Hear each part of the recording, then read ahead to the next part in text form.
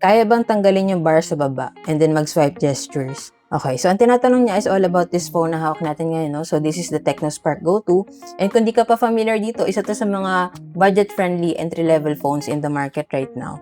And then ang maganda dito, no, kahit na budget-friendly siya, dalawa na yung speakers niya, isa sa taas, isa sa baba. Tapos yung kanyang display is naka-punch hole na rin, no? Hindi siya naka-notch display. So to answer the question, yes po, meron siyang gestures navigation. So all you have to do is to go to settings and then system. And dito sa system, makikita mo yung system navigation dyan. Kung gusto mo yung gestures mode, select mo lang yan. And then mawawala na yung button niya sa baba.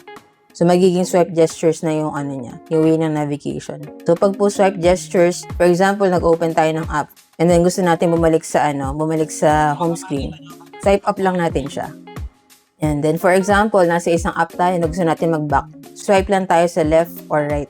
And then magbaback na siya. Ganyan yung kanya navigation. Kung gusto mo naman ma-access yung mga recent apps, pwede mong i-hold tong navigation bar and swipe ka pa left. Makikita mo yung kanyang mga recent apps.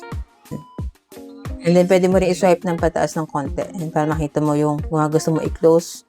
Ganyan po siya gumagana. So medyo nakakalito to pagka sanay ka sa navigation bar. Pero kung ganito po yung gusto niya na navigation, ganun lang siya i-activate. So kung interested po kayo sa ganitong phone, check niyo na lang dyan sa yellow basket na kung nabili yun sa akin para same quality and legit store din yung mapagbilan niyo.